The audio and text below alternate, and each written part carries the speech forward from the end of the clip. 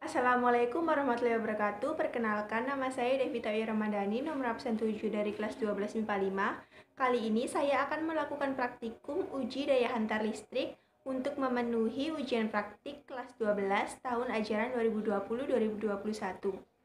Langsung saja kita mulai praktikum. Minuman isotonik, air gula, larutan cuka, larutan garam dapur, serta air sabun. 1 buah lampu, kabel, 2 buah elektroda karbon beserta penjepit buaya, dan 4 buah baterai.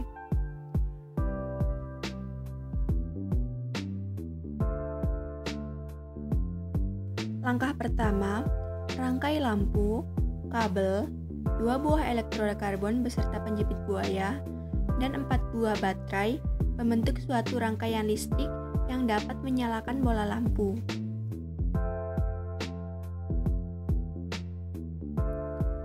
Celupkan 2 buah elektroda karbon ke dalam larutan garam dapur. Di sini terlihat terdapat banyak sekali gelembung dan juga lampu dapat menyala. Bersihkan elektroda karbon dengan tisu, kemudian celupkan ke dalam minuman isotonik. Di sini terlihat sedikit gelembung yang muncul, tetapi lampu tidak dapat menyala.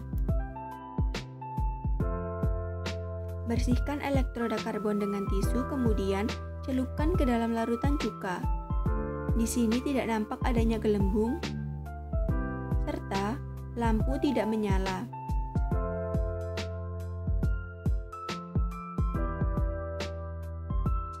Bersihkan elektroda karbon dengan tisu, kemudian celupkan ke dalam air sabun.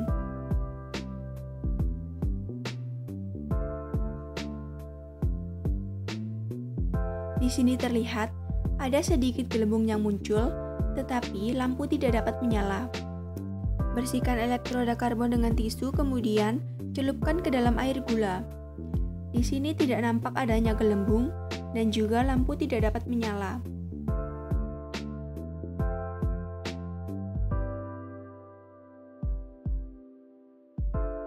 Berikut merupakan tabel hasil praktikum daya hantar listrik. Berdasarkan hasil praktikum uji daya hantar listrik, dapat kita ketahui bahwa larutan garam dapat menyalakan lampu, menghasilkan banyak gelembung, serta termasuk larutan elektrolit kuat. Hal ini dikarenakan adanya perpindahan elektron dari satu atom ke atom yang lain. Garam perlu dilarutkan dengan air terlebih dahulu sebelum diuji dengan alat uji elektrolit, karena saat garam masih dalam bentuk padat, ion-ion yang terkandung tidak dapat bergerak bebas karena Na+ dan Cl masih terikat. Jadi, garam yang masih padat tidak dapat mengantarkan listrik. Berbeda halnya dengan garam yang telah dilarutkan dengan air. Ion yang terkandung dapat bergerak bebas, sehingga larutan garam dapat mengantarkan listrik. Larutan gula tidak dapat menyalakan lampu, tidak terdapat gelembung, serta termasuk ke dalam larutan non-elektrolit. Hal ini dikarenakan gula tidak dapat membentuk ion-ion dalam pelarutnya, dan molekulnya tidak dapat terionisasi dalam larutan.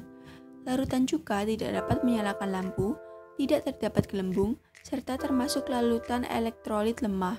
Hal ini karena hanya sedikit ion yang bergerak bebas dalam larutan cuka, karena hanya mengalami ionisasi sebagian. Larutan sabun tidak dapat menyalakan lampu, terdapat banyak gelembung, serta termasuk ke dalam elektrolit lemah. Tapi, pada referensi yang saya baca, larutan sabun termasuk ke dalam elektrolit kuat karena bersifat basa kuat yang jika dilarutkan dalam air akan menghasilkan ion OH-. Minuman isotonik tidak dapat menyalakan lampu, terdapat sedikit gelembung, serta termasuk elektrolit lemah. Hal ini karena jumlah zat yang terion hanya sedikit, sehingga kemampuan daya hantar listriknya lemah. Pada praktikum uji daya hantar listrik kali ini, saya menggunakan elektroda karbon, karena karbon bersifat inert, sehingga elektroda tidak mengalami oksidasi ataupun reduksi, tetapi spesies yang ada di sekitar elektroda lah yang mengalami oksidasi dan juga reduksi. Bahan lain yang dapat menggantikan elektroda karbon yaitu PT dan juga AU. Berdasarkan praktikum yang telah saya lakukan, saya dapat menyimpulkan bahwa larutan garam termasuk elektrolit kuat, larutan cuka, sabun, serta minuman isotonik termasuk elektrolit lemah, dan larutan gula termasuk larutan non-elektrolit. Kuat atau lemahnya tingkat keelektrolitan suatu larutan bergantung pada hasil ionisasi larutan itu sendiri. Sekian praktikum uji daya hantar listrik dari saya, kurang lebihnya mohon maaf. Wassalamualaikum warahmatullahi wabarakatuh.